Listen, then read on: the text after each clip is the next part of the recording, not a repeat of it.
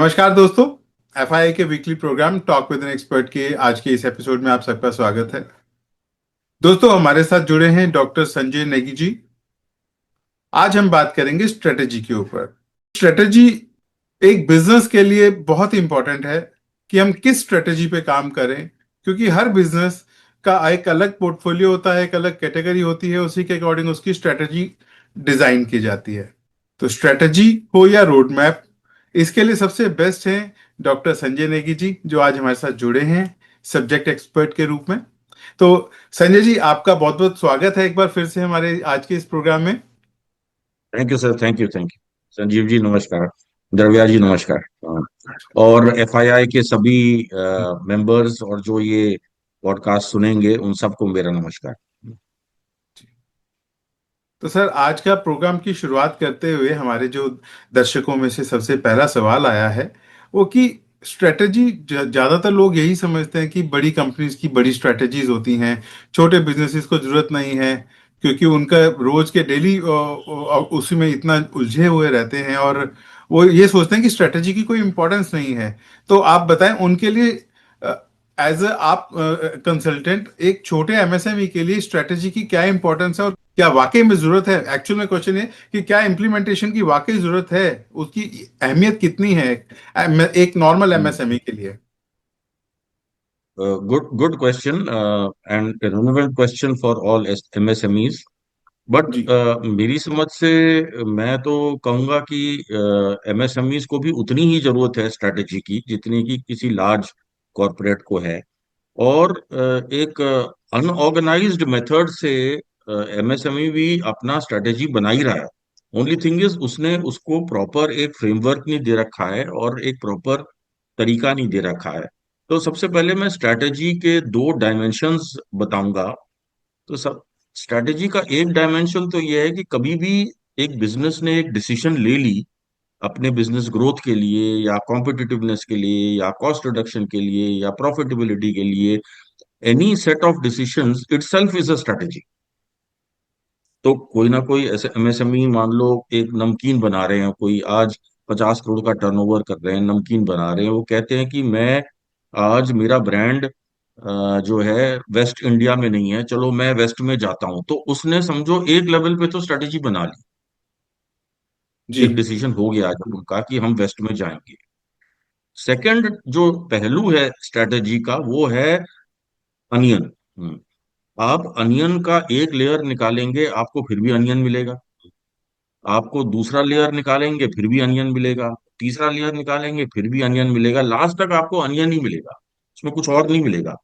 तो स्ट्रैटेजी के भी ऐसे कई लेयर्स और कई पहलू होते हैं जो कि धीरे धीरे अनकवर करने पड़ते हैं। और उसको प्रॉपर डेटाबेस तरीके से रिसर्च करके जो कॉरपोरेट करती है उसको एमएसएमई थोड़ा सा अनऑर्गेनाइज्ड मैनर में करता है, इसलिए उसको बहुत ज्यादा लेवरेज भी नहीं मिलती है उस चीज की।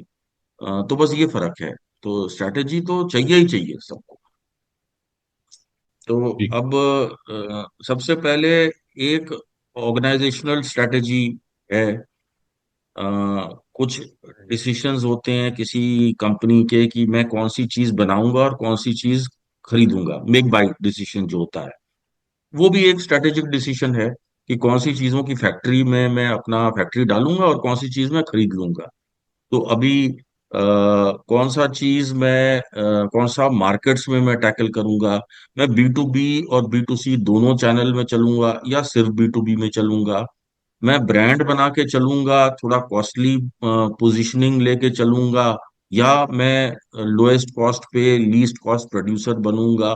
ऐसे करके बहुत सारी बिजनेस डिसीशंस होती रहती हैं जो कि एलिमेंट्स ऑफ स्ट्रेटजी हैं, इनको खोलते रहेंगे तो नई नई लेयर्स और आती रहेंगी, अनलिमिटेड लेयर्स हैं स्ट्रेटजी की।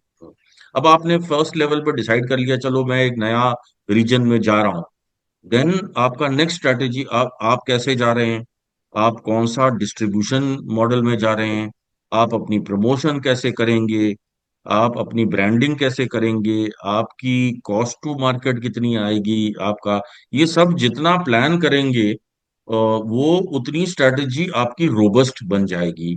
जितना अनप्लैन्ड मैनर में करेंगे तो आपको बाद में कोई नुकसान भी हो सकते हैं उसको करने में। तो इसीलिए थोड़ा जो डेमिंग साइकिल है प्लानिंग का, वो स्ट्रैटेजी प्लानिंग में बहुत टाइम डालना पड़ता है, बहुत डेटा भी लाना पड़ता है। और वो करेंगे तो डेफिनेटली बिजनेस गेन्स मिलते हैं, एमएसएमई को भी और लार्ज कॉर्पोरेट को भी। जी। सर, जैसे हमने स्ट्रैटेजी की बात कर ली और रिसर्च की भी आपने काफी बता दी कि किस किन किन एस्पेक्ट्स में रिसर्च करना भी बहुत जरूरी है to be able to make a very founded grounded strategy for any business. तो research strategy research is making. Very necessary, ji. Ji. Very very necessary. Research is the basis of strategy. If you don't have proper research and understanding of the market, you may make a set of decisions which is totally wrong and which may contribute to business failures also on one extreme end. Or if not business failure, it may contribute to some things moving suboptimally, or it may contribute to some losses in business, etc.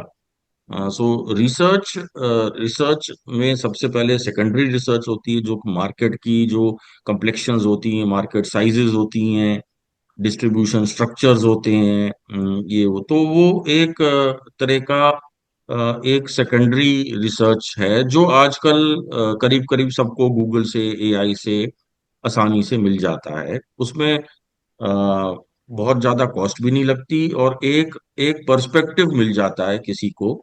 उसमें थोड़ी refinements जरूर एक consultant कर सकता है, पर उसकी जरूरत नहीं है। We can go head, we can start with that. उसके बाद आपका आता है प्राइमरी मार्केट कंसिडरेशन। जो प्राइमरी कंसिडरेशन है वो आता है कि आप कितना उस मार्केट को जानते हैं, कितना उस मार्केट को समझते हैं, कितना उस मार्केट की जो पिक्यूलियरिटीज हैं, कितना उस मार्केट को मार्केट मेकिंग तरीके हैं, उनको आप जानते हैं, गेन करते हैं, बिजनेस मॉडल में इंटीग्रेट कर लेते हैं। उससे फिर फर्क पड़ता है आपका ओवरऑल आपके next sort of reach out में। ये है प्रैक्टिस में। अब मान लीजिए एक कंज्यूमर है, वो दिल्ली में एक तरीके से वो एक प्रोडक्ट का एक इंटरेक्शन होता है और एक विलिंगनेस टू स्पेंड होता है।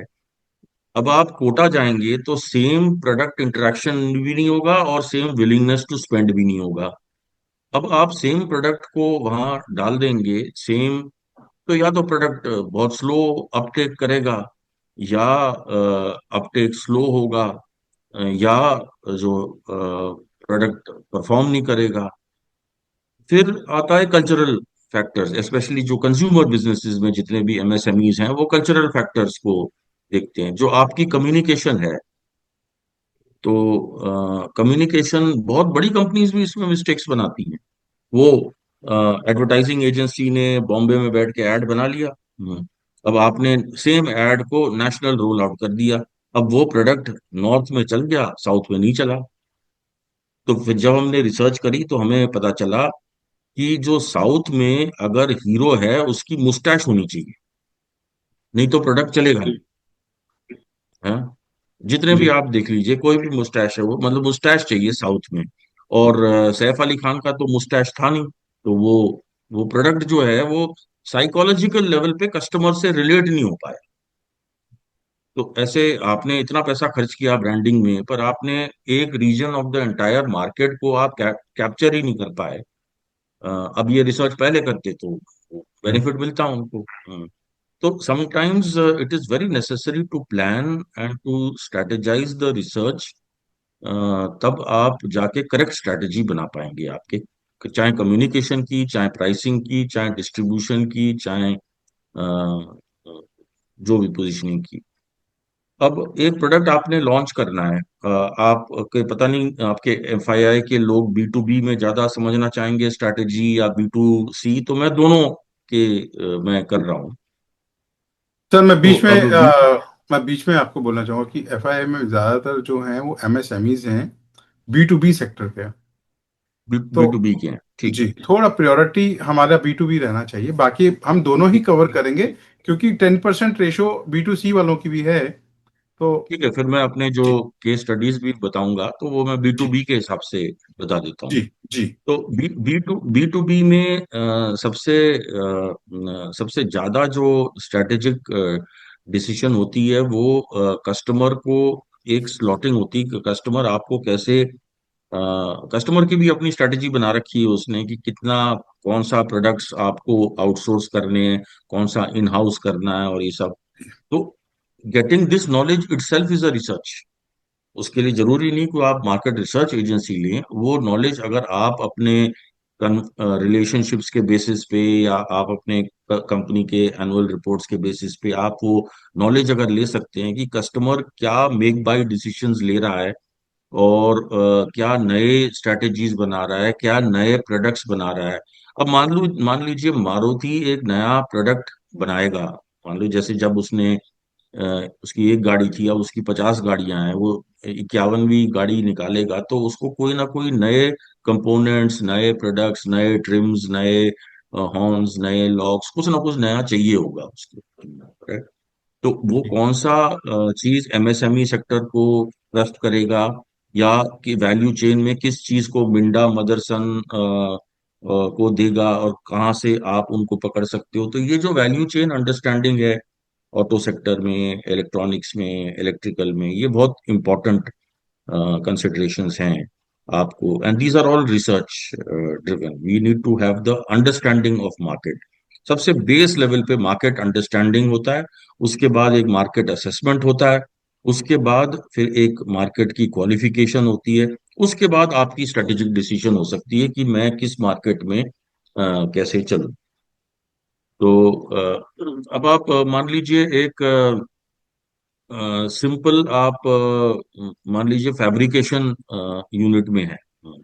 तो अब आपको मालूम है कि मेरे को जो मार्केट है वो, या तो मैं एक local, hyper local 50 kilometre 100 kilometre के मार्केट में मैं अपनी करंट फैक्ट्री से मैं केटर कर लूंगा, और अगर मुझे एक डिफरेंट जोन का मार्केट चाहिए होगा तो या तो मुझे एक नई फैक्ट्री बनानी पड़ेगी, या मुझे एक कुछ ऐसे प्रोडक्ट्स बनाने पड़ेंगे जिसमें कि मैं अपनी फैब्रिकेशन एबिलिटी को यूज करके मैं इतना सुपर स्पेशलाइज्ड हो गया कि वो प्रोडक्ट चाहे कलकत्ता का कस्टमर हो, चाहे तमिलनाडु का कस्टमर हो, वो मेरे से आके गुड़गांव से ही खरीदे या फरीदाबाद से ही खरीदे। तो ये एक अंडरस्टैंडिंग है, ये भी एक मार्केट स्ट्रेटेजी है, आपकी डिसीजन है कि आप अपनी कंपनी को कैसे, आपको एबिलिटी आपकी फैब्रिकेशन है, बट उस एबिलिटी को आप कैसे मार्केट में ले जाएं, या तो एक प्रोडक्ट बना के और आप उस प्रोडक्ट में मान लीजिए स्पेशलिस्ट हो गए। एक ये पोजीशनिंग हो गई एमएसएमई की, और दूसरी पोजीशनिंग है मैं एक फैब्रिकेशन की, मेरे पास फैसिलिटीज हैं, आपको जो भी बनाना है आप मेरे पास आइए, मैं लीस्ट कॉस्ट में और हाईएस्ट टाइम में मैं आपकी फैब्रिकेशन कर देता हूँ। तो ये दोनों पोजीशनिंग्स हैं किसी भी फैब्रिकेशन कस्टमर की। तो वो उसके हिसाब से उनकी ग्रोथ्स और वो डिटरमिन होंगी, और कस्टमर किस चीज को प्रेफर कर रहा है उसके बेसिस पे वो डिसीजन होगी। मैं आपको एक एग्जाम्पल के तौर पे बी टू बी केस में ही बताता हूँ। हमारे एक क्लाइंट थे, तो उसका ये कारपेट्स के पीछे एक लेटेक्स लगता है, तो वो नेचुरल प्रोडक्ट्स इंडिया यूज कर रही थी, और नेचुरल प्रोडक्ट्स की बहुत प्रेफरेंस है यूएसए में, क्योंकि जब आप कारपेट को लपेटते हैं या उसको जमीन पे पटकते हैं तो एक नेचुरल प्रोडक्ट की एक आवाज आती है, एक, और जो रोल करते हैं तो एक फील होता है। तो बट प्रॉब्लम क्या होती है, नेचुरल प्रोडक्ट है तो इसमें फंगस वगैरह लग जाती है, चीज खराब हो जाती है, स्मेल आ जाती है।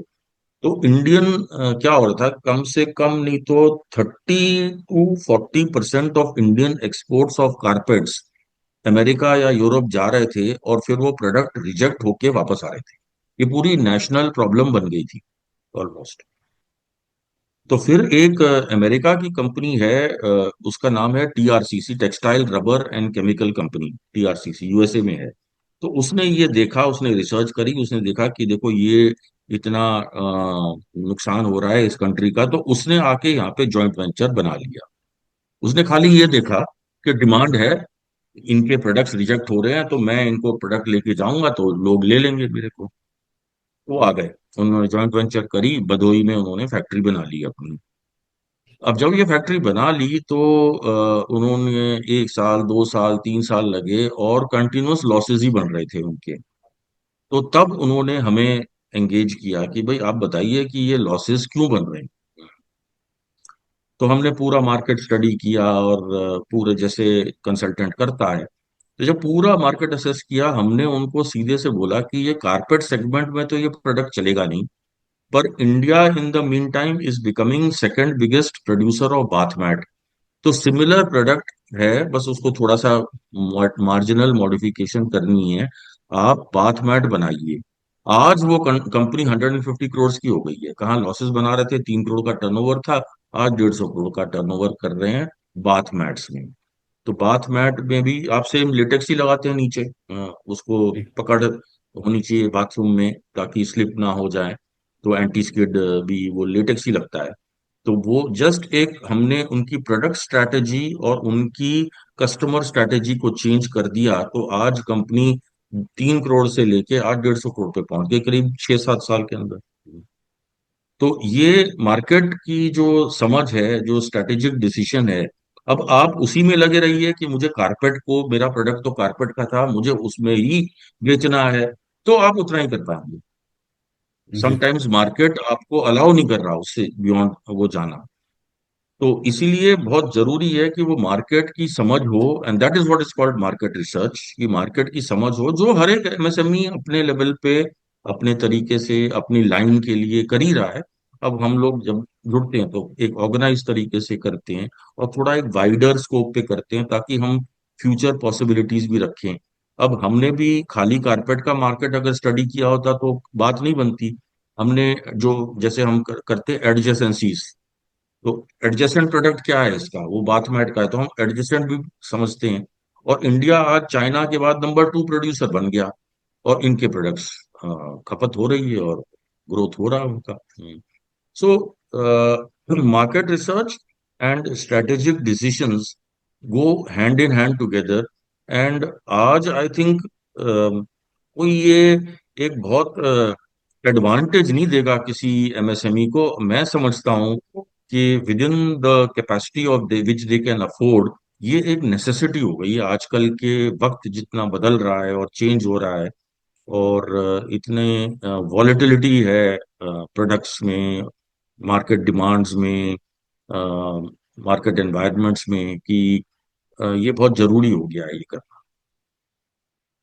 तो इसमें सर, स्ट्रैटेजी का जो, हाँ जी बताइए, जी सॉरी इसी में मैं मेरा बहुत फॉलो ज्यादा क्वेश्चन है कि हमने बोल मैं। प्रोडक्ट साइड से भी देख लिया और हमने हम्म, मार्केट साइड से भी देख लिया कि बोथ हम्म, दोनों पर्सपेक्टिव्स बड़े अलग हैं और they need to be involve in our strategy. तो फॉर एनी एमएसएमई स्ट्रैटेजी बनाते टाइम क्या ज्यादा इंपॉर्टेंट है कि प्रोडक्ट एंगल से हमारी स्ट्रैटेजी ज्यादा साउंड होनी चाहिए या मार्केट एंगल से?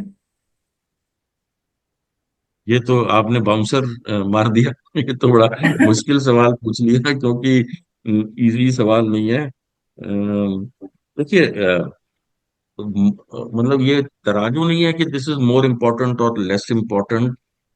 हर एक का एक संदर्भ होता है, बट अल्टीमेटली देखिए chain will break at the weakest link. तो आपने अगर मार्केटिंग स्ट्रैटेजी वीक कर दी, प्रोडक्ट स्ट्रैटेजी स्ट्रांग कर दी, तो आपका अल्टीमेटली तो बिजनेस सक्सेस नहीं होगा आपका।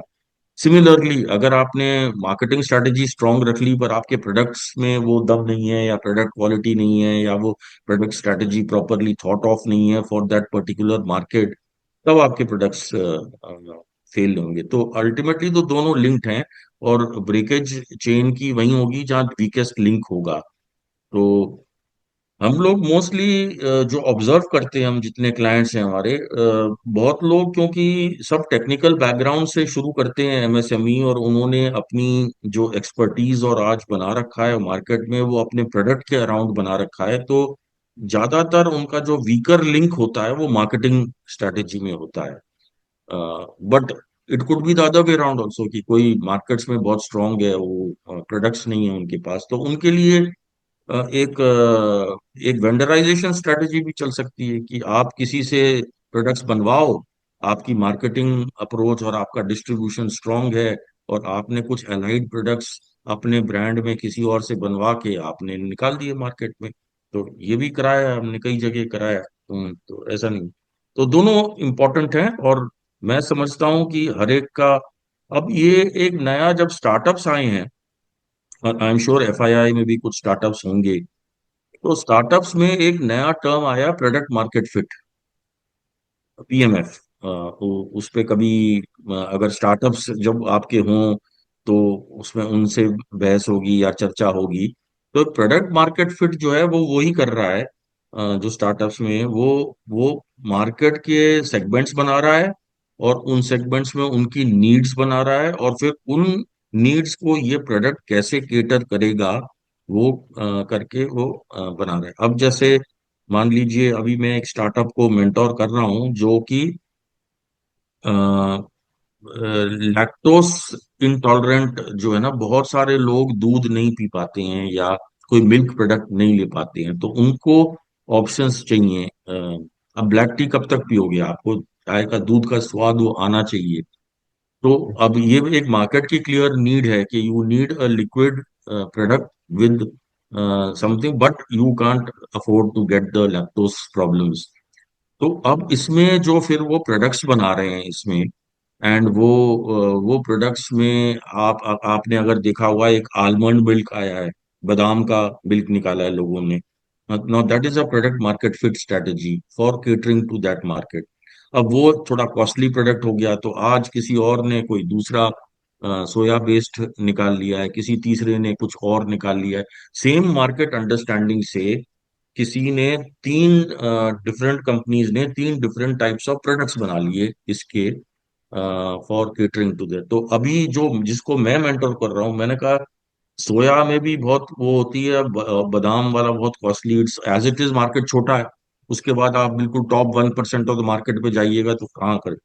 तो हमने प्लांट बेस्ड बना दिया, तो प्लांट बेस्ड मिल्क बन गया, और वो धड़ल्ले से चल रहा है मार्केट में। अभी टेस्ट मार्केटिंग बैंगलोर में ही चल रही है, बट जब वो लॉन्च करेंगे तो नेशनल लॉन्च भी करेंगे वो लोग। तो जब हम बिल्कुल क्लीन स्लेट पे हों, जैसे स्टार्टअप्स पे करते हैं, तो हम ये दोनों चीजों को साथ लेके चलते हैं। जब हम 10 साल पुरानी कंपनी को कर रहे हैं, तो हमारी बहुत सारी बायसेस और अंडरस्टैंडिंग्स होती हैं। हम समझते हैं हम मार्केट को जानते हैं, we know the market, we know our customer. अब कस्टमर कहीं बदल रहा है, आपको मालूम नहीं, पर आप समझते हो कि आई नो द कस्टमर। तो वो चीज जो है थोड़ी बहुत कॉन्स्टेंटली एक मार्केट से और मार्केट के बदलाव में प्लग्ड इन होना पड़ेगा। अभी आप एक बी टू बी कंटेक्स्ट में आप देखिए कि एक एक बड़ा लो मार्जिन प्रोडक्ट है, कोरुगेटेड बॉक्स।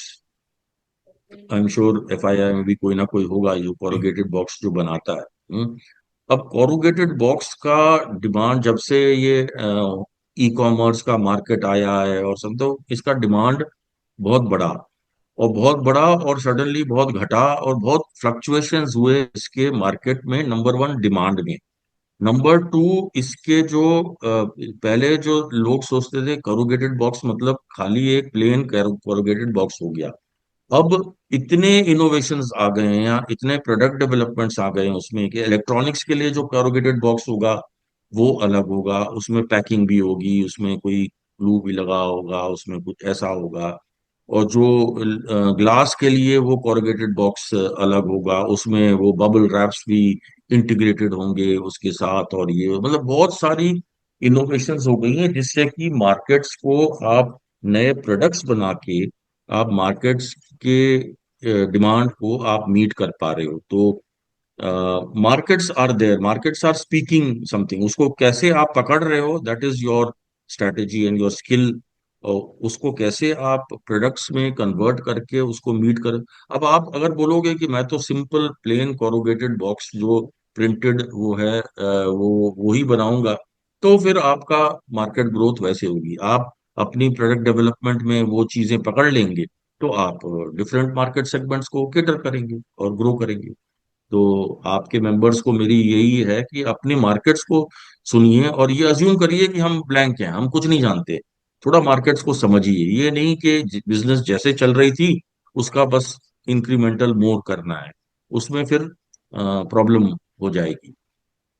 हमारे लाइन में देखिए, हमारे लाइन में पहले एक टाइम था जब क्लाइंट्स इंटरव्यू करने के लिए हमारे दिल्ली में टीम्स होती थी, दिल्ली से एयरफेयर देते थे हमें कि आप जाइए। फिर धीरे धीरे ये सब खत्म हो गया, टेली कॉलिंग आ गया, टेली कॉलिंग से आ गया। अब वो टेली कॉलिंग से पैसा रिड्यूस हो गया और डिफरेंट इंफ्रास्ट्रक्चर आपको लगाना पड़ गया और ये सब।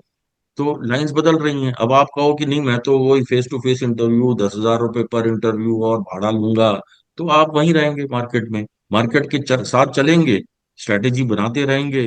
प्रोडक्ट स्ट्रैटेजी हो, डिस्ट्रीब्यूशन स्ट्रैटेजी हो, प्रमोशन स्ट्रैटेजी हो। हम लोग बी टू बी में हम लोग एक बहुत बड़ी मिस्टेक करते हैं कि हम लोग सोचते हैं कि बी टू बी है, यही चार कस्टमर है हमारे, हमारा रेवेन्यू बन रहा है, तो हमें प्रमोशन नहीं चाहिए। ये बहुत बड़ी मिस्टेक है।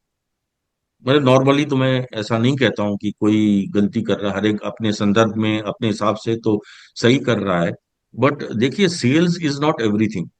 सेल्स आपकी जरूर हो जाएगी जिस तरह से आप चल रहे हैं, बट आपको थोड़ा सा अगर आप ब्रांडिंग में इन्वेस्टमेंट करेंगे तो आपको कम्युनिकेशन में, ब्रांडिंग में, रिलेशनशिप्स में, तो आपको एक डिफरेंट पोजीशन मिलेगी कस्टमर के माइंड में।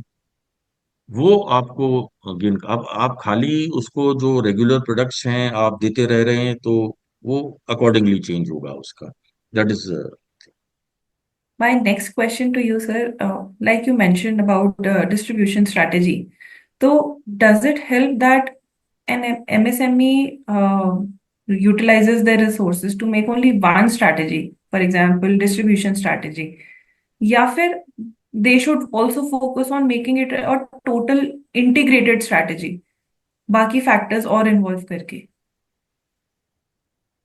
I think integrated is always better, but there would be certain contexts in which only a specific strategy is like distribution strategy। आपने एक मान लीजिए, खासकर अगर आप if you are in the consumer business, तो आपका एक प्रोडक्ट है, एक पैकेजिंग है, एक ब्रांड है, वो आप प्रमोट कर रहे हैं, तो वहां आप डिस्ट्रीब्यूशन स्ट्रेटेजी खाली बना लें, तब भी आपका काम नहीं चलेगा। क्यों? आपको वहां पे प्रमोशन स्ट्रेटेजी भी, आपको जब दूसरे रीजन में जाएंगे, जैसा हमने डिस्कस किया, south India versus north India, तो आपको प्रमोशन स्ट्रेटेजी भी चेंज करनी पड़ेगी अपनी। ब्रांड भले ही सेम होगा, समटाइम्स आपको, जो आप साउथ इंडिया में जाते हो तो आपको इवन जो पैक्स हैं वो बदलने पड़ेंगे अपने, तो आपको पैकेजिंग स्ट्रेटेजी भी चेंज करनी पड़ेगी अपनी। तो integrated strategy is always better. अगर बट मोटा मोटा अगर आप कंज्यूमर बिजनेस में हो तो डिस्ट्रीब्यूशन स्ट्रेटेजी से काम चल सकता है। बट जैसा कि हमने डिस्कस किया, तो बेटर रहेगा कि एक इंटीग्रेटेड स्ट्रेटेजी बनाएं जिसमें प्रोडक्ट का भी हो, पोजीशनिंग का भी हो, प्राइसिंग का भी हो। तो ये सारी चीजें फिर उसको अफेक्ट करती हैं मार्केट को। Sir, one more question that I have for you is that we know that marketing is very important, strategy making is very important.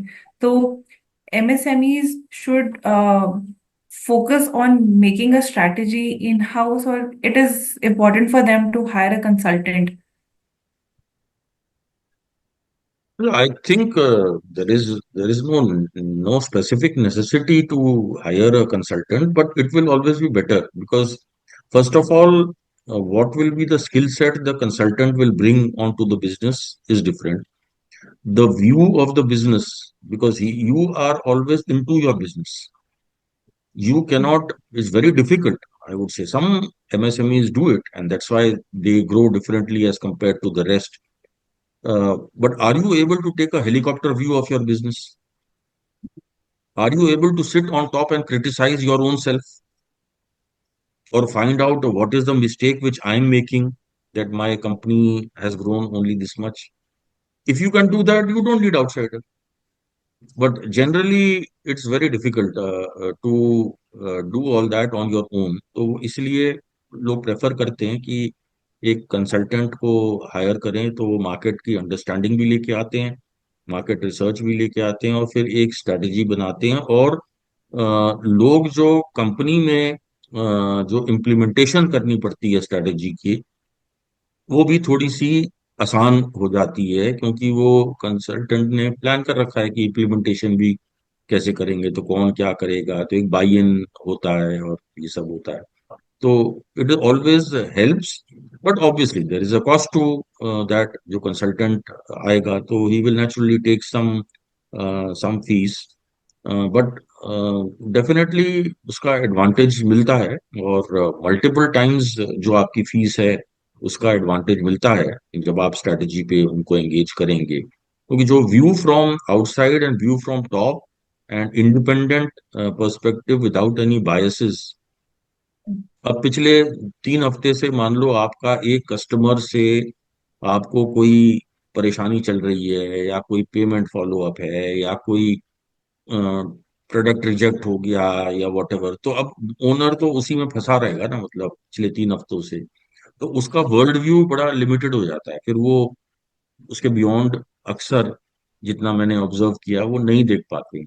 जबकि कंसल्टेंट को तो इन सब ऑपरेशनल मैटर से कोई लिंक है नहीं, तो वो तो एक व्यू फ्रॉम टॉप ही लेगा और एक view from the organizational strength and capacity लेगा, और फिर आपको कुछ ऐसे लॉजिक्स एंड रीजंस के साथ शेयर करेगा, तो आप अडॉप्ट करेंगे उसको। सर, सवाल तो और भी बहुत हैं और आज लेकिन आपके साथ समय का पता भी नहीं चला। लेकिन एक आखिरी सवाल है जिसके साथ मैं आज का प्रोग्राम कंक्लूड करना चाहूँगा। सर, हमने शुरुआत की थी अपना स्ट्रेटजी मेकिंग से, और क्योंकि हमारे जो ज़्यादातर ऑडियंस हैं वो एमएसएमईज हैं और स्टार्टअप्स हैं, जिनकी रेशियो सबसे ज़्यादा है। और एक आम एमएसएमई और स्टार्टअप की सबसे बड़ी प्रॉब्लम होती है कि वो स्ट्रेटजी नहीं बनाते, जैसे कि हमने शुरुआत में बात की। और साथ में दूसरी प्रॉब्लम होती है कि वो अपनी डेली एक्टिविटीज़ हो गई या कैश फ्लो हो गया, फंड्स अरेंजमेंट हो गया, इसमें उलझा हुआ रहता है, जिसमें कि वो इन सब चीज़ों की तरफ ध्यान नहीं दे पाता। अब एक एमएसएमई जो ध्यान नहीं दे पाता, दूसरा है जो ध्यान देता है और स्ट्रेटेजी को भी इंपॉर्टेंस देता है और वो बनाता भी है, लेकिन उसकी जो डेली एक्टिविटीज हैं या डेली उसके सिर पे रिस्पॉन्सिबिलिटीज है वो इम्प्लीमेंट नहीं कर पाता है। तो एक तो बनाना ही नहीं, दूसरा बना के इम्प्लीमेंट नहीं करना।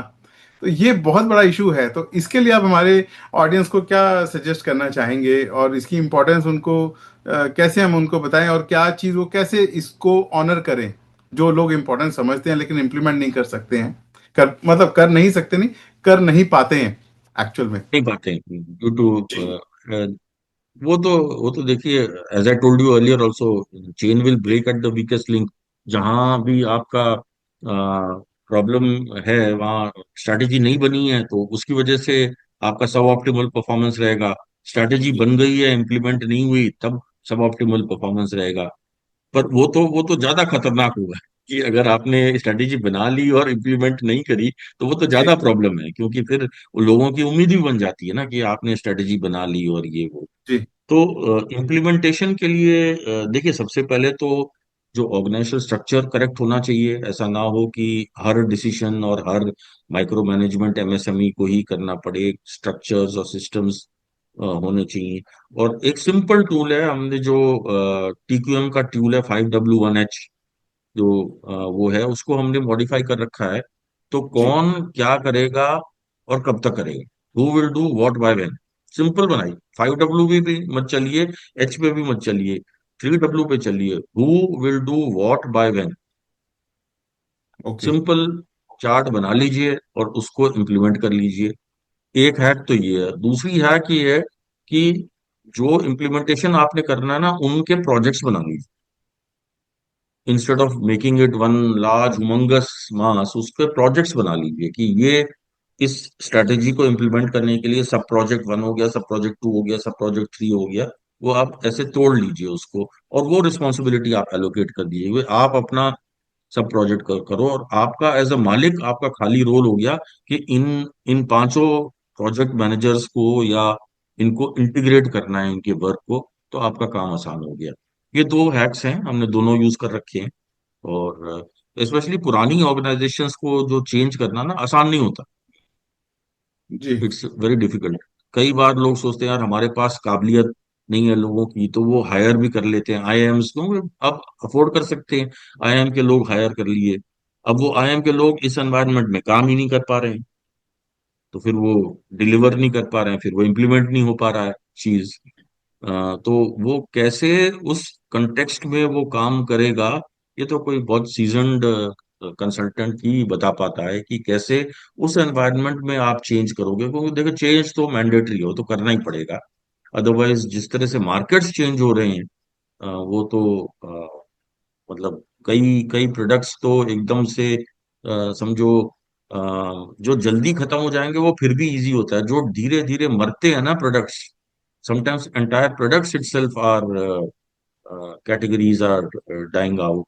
अभी ये जितने भी जो बी टू बी कंटेक्स्ट में मान लीजिए, आज ट्रक का जो स्प्रिंग होता है, लीफ स्प्रिंग होता है ट्रक का। जी।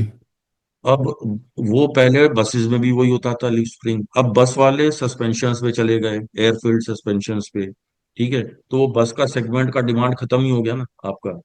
अब धीरे धीरे अगर ट्रक वाले भी शिफ्ट हो जाएं, तो आपका तो बिजनेस ही, आपका जो एंटायर प्रोडक्ट जिसपे आप 10 साल से चल रहे थे लीफ स्प्रिंग्स बना के, आपका खत्म होता जाएगा।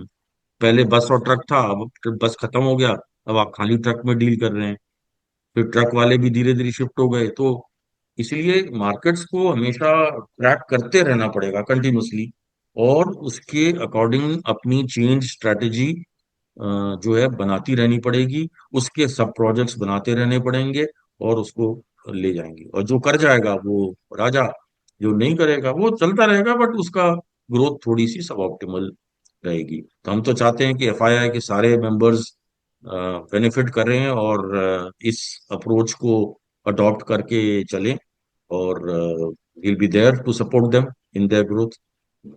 थैंक जरूर सर। Thank you sir. आज के यू। ऑडियंस को एक बहुत बड़ी क्लैरिटी मिली आज आपके जो आपने इंफॉर्मेशन शेयर की।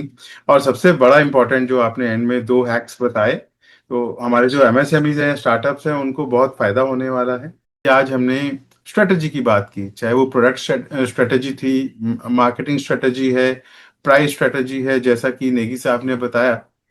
तो हमने आपके साथ इंफॉर्मेशन शेयर की हैं। नेगी साहब ने अपने एक्सपीरियंस ही शेयर किए। वो एक बहुत बड़े मेंटोर हैं। उन्होंने अपने एक्सपीरियंस ही शेयर किए, और साथ में उन्होंने आज बहुत इंपॉर्टेंट 2 हैक्स शेयर किए।